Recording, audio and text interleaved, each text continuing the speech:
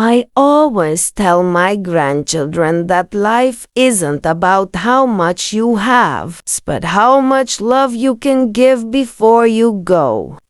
I've lived 75 long years on this earth, seen people rise and fall, seen families come together and drift apart, and somewhere along the way, I learned that the smallest things, kindness, forgiveness, the biggest parts of our lives. My name is Margaret Lee Henderson, born in 1950 in a small town called Fairview, North Carolina. Maggie used to say, Maggie, the art remembers what the mind forgets. I didn't understand that as a child, but life, in its own way, taught me what he meant. I grew up in a small wooden house with 3 brothers, 1 sister, and 2 hard-working parents who never had much, but always had enough to share. His mama worked at the local diner, those broken tractors and people's problems with equal patience. Tiobeta home big, packed and early stories, real ones told by firelight. I think that's why I became a storyteller myself. I met James, the man who changed my life. Chiva. He was tall, quiet, and had eyes that smiled before his lips did. He worked at the lumber mill. Tiba little house he dreamed we'd live in. And we did just a year later, in a small yellow house by the edge of a cornfield. This life was simple, but it was beautiful. We didn't have much, but we had each other. Every Sunday morning, James would bring me wildflowers from the roadside. We'd sit on the porch, drink coffee streams. To California one day. Tora Billy, I believed we had forever. But forever, I learned, is just a word. Chill Lily was 5. James died in a road accident. I still remember the knock on the door. The trembling hands of the police officer. The way my world collapsed into silence. I thought I'd never smile again. I was only 26, a widow, with a little girl and a heart full of memories that hurt to breathe. Stay strong for Lily. I took double shifts at the diner, smiled when I wanted to scream, and every night with stories that made her laugh.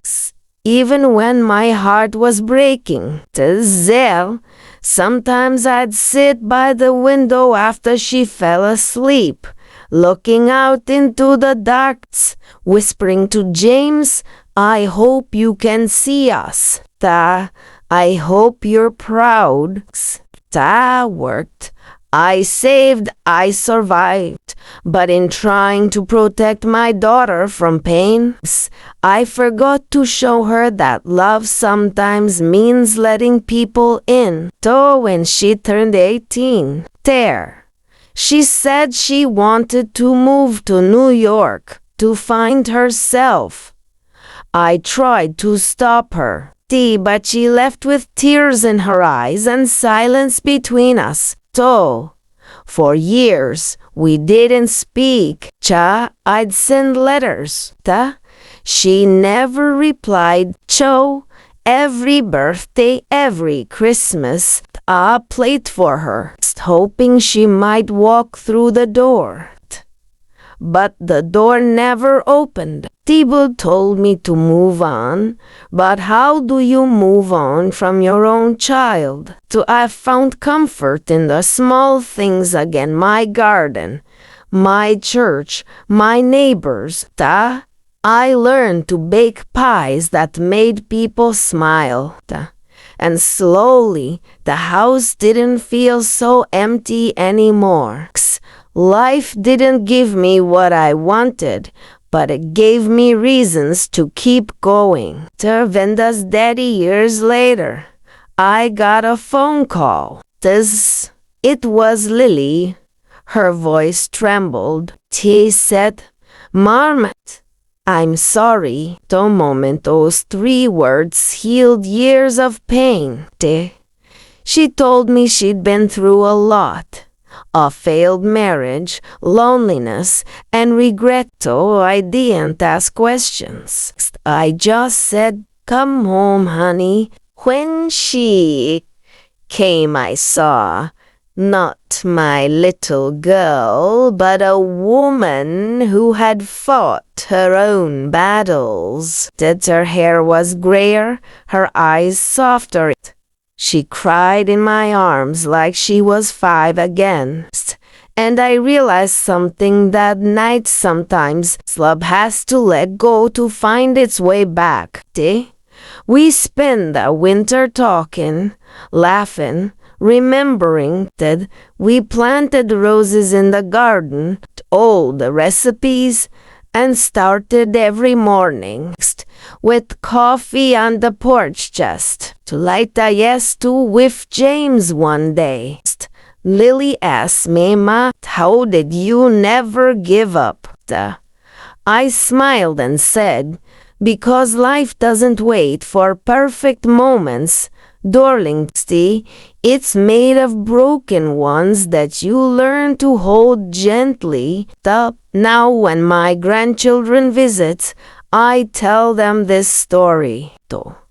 They ask me what the most valuable advice I ever learned was. And I tell them, never let pride steal your peace. Forgive when it's hard, laugh when it's painful, and hold on to family even when they drift away. Because one day, when you're old like me, you'll realize the moments that matter most are the ones you can't buy, can't fix, and can't get back once they're gone.